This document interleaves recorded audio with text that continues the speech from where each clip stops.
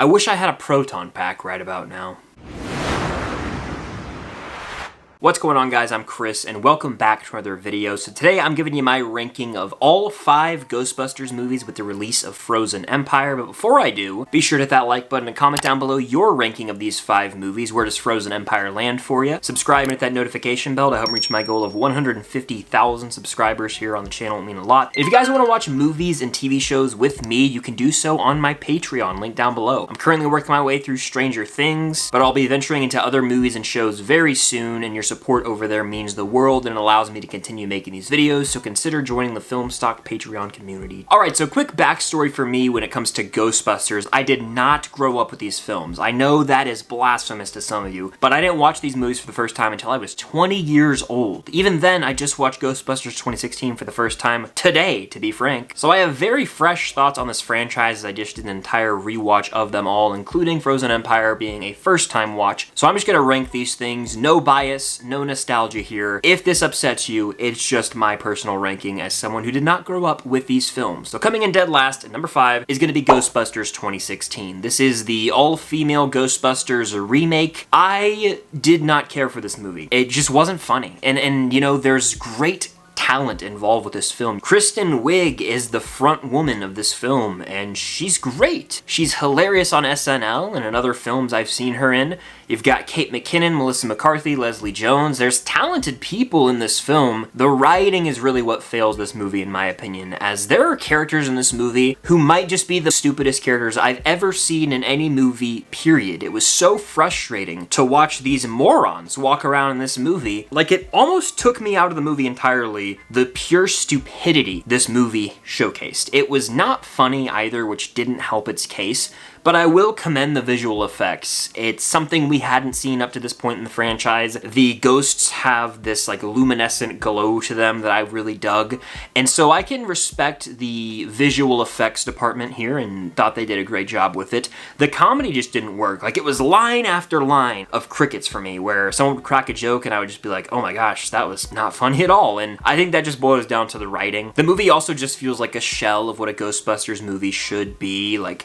yes, there's talented actresses involved, but the chemistry almost feels artificial or forced at times, to the point of being like, we gotta make this feel like a Ghostbuster squad, but there's like no authentic vibe to it, and so the chemistry between the team was sort of lacking at times, and honestly, the movie just never grasped me the way that I really hoped it could. I think the third act just goes off the walls crazy as well. It turns into your run-of-the-mill Portal in the Sky movie with a bunch of ghosts, and that's where it straight up shamelessly was like, hey look, we're gonna throw every ghost from this franchise at the wall and see what lands. You've got the Stay Puft Marshmallow, you got Slimer, you name it. Any ghost or nod they threw at you in this movie. I was just like, why? I could respect it if it served a purpose in the narrative, but they just were throwing it at our face. The movie felt rushed, it wasn't very rewarding, and it felt like it led up to really nothing. So I'm not crazy about Ghostbusters 2016. It's not the worst movie I've ever seen. I think there's hyperbolic negative reactions towards this film. It's serviceable, but in terms of being a Ghostbusters movie, it's by far the worst of the bunch and nothing special. It's like a 2 out of 5 for me, but I've seen far worse movies. Next on my list, I've got Ghostbusters 2, the movie that came out in 1989 and is a fairly underwhelming sequel when compared to the original. Funnily enough, it arguably has a better main plot than the original movie. The villain's just completely nonsensical and not given much depth, and that's kind of a gripe I have with the majority of Ghostbusters films, is how they just shoehorn in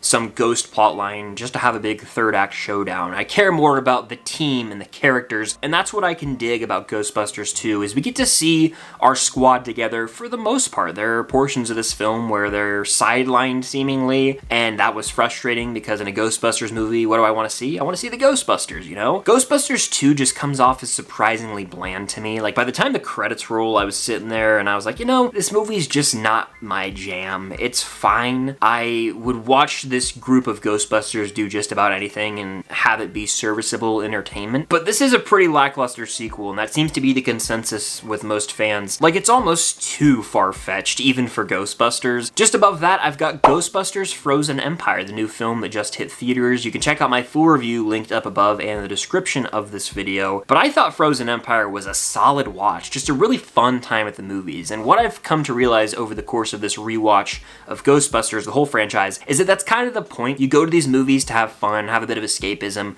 but they're not meant to be taken too seriously, and that's how I feel about Frozen Empire. It excels at giving us comedy and action, and it blends those really well. It's got a stacked cast with just funny people. You've got Kumail Nanjiani added in here, Patton Oswalt added in here, but of course Paul Rudd in the picture, and the man just doesn't miss. His timing, comedically speaking, is pitch perfect. You've got Dan Aykroyd and Bill Murray returning, and though they have minor roles when compared to the films that this follows, they don't miss a beat in their respective roles.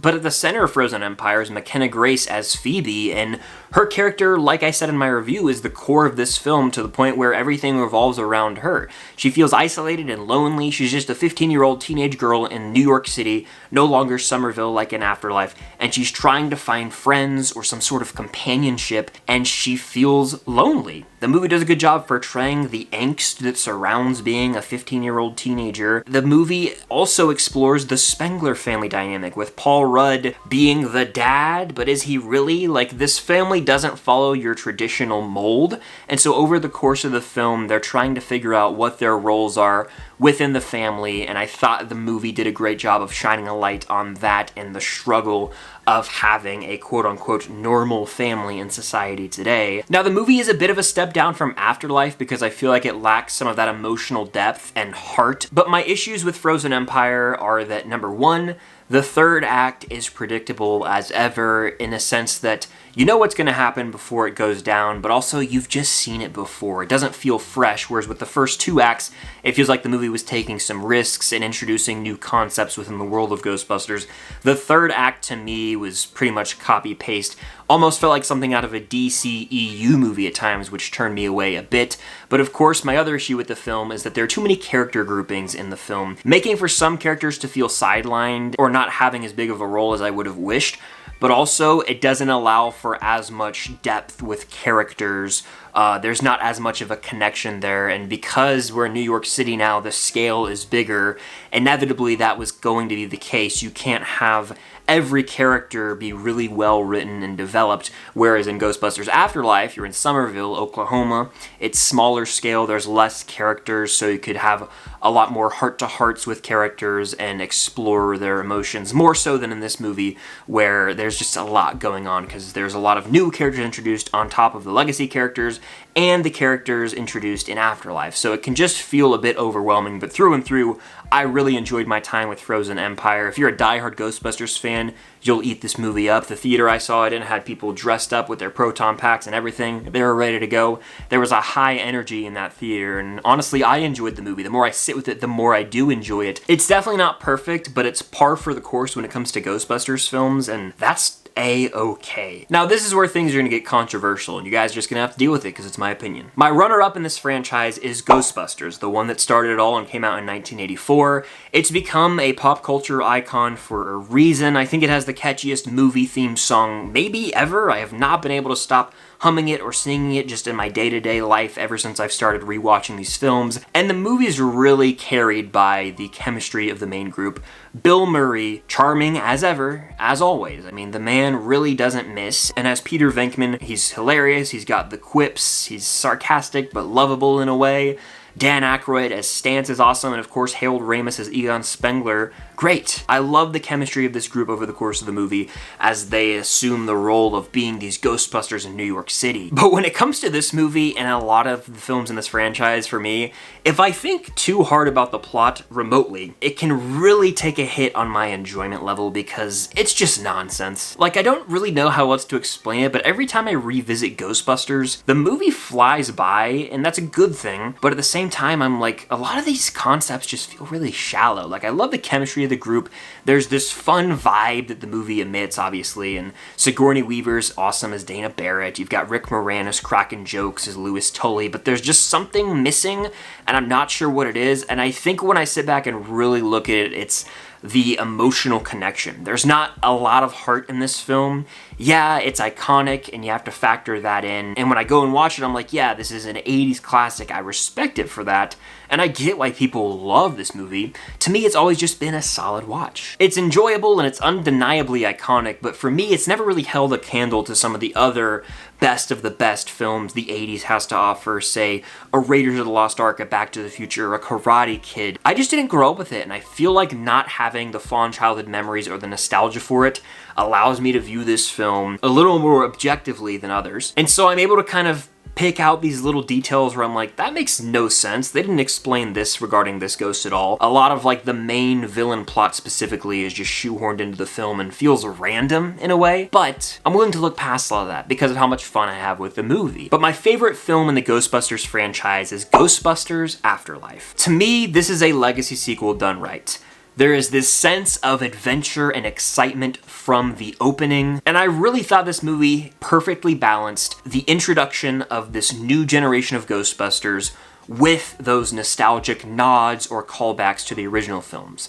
On top of that, it manages to bring back the original characters from the Ghostbusters films, and they have just the right amount of screen time, because it's not about them. This is about Phoebe, Trevor, and the Spengler family inheriting this abandoned house in Somerville, and the small town setting really adds a lot to this movie. It has those coming-of-age, feel-good vibes, and that genre of film has always been one of my favorite. There are elements of this film that just remind me of some of the best hangout high school films, like a Dazed and Confused or a Superbad. You buy into Phoebe as this main character. She's trying to uncover more about her grandfather, and ultimately everything culminates in this third act that pays homage to that original Ghostbusters. The events that unfold are borderline identical in a way to what goes down in the third act of the original Ghostbusters film. So a common complaint is, oh, it plays it safe, but to me, it was really well executed, and it worked because it dabbled in familiar territory for the Ghostbusters world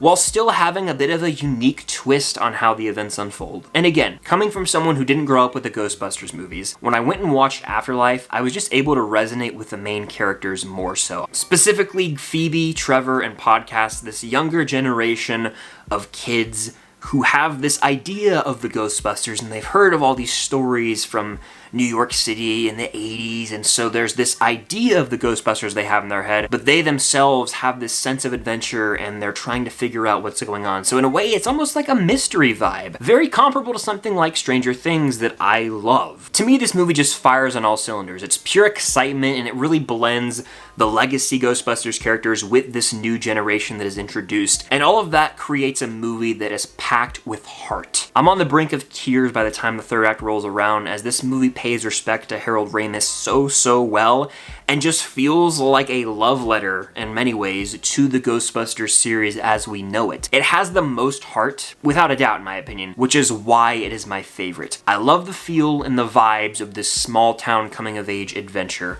but most importantly, it has heart and resonates deeply with me because of that. But that's just my honest ranking of all 5 Ghostbusters films, my personal opinion. Let me know your personal opinion and your ranking of these 5 films in the comments down below, and of course hit that like button, subscribe and hit that notification bell to help reach my goal of 150,000 subscribers here on the channel. It will mean a lot. But that's gonna do it. Thank you guys as always for watching, and until next time, I'll see you guys later.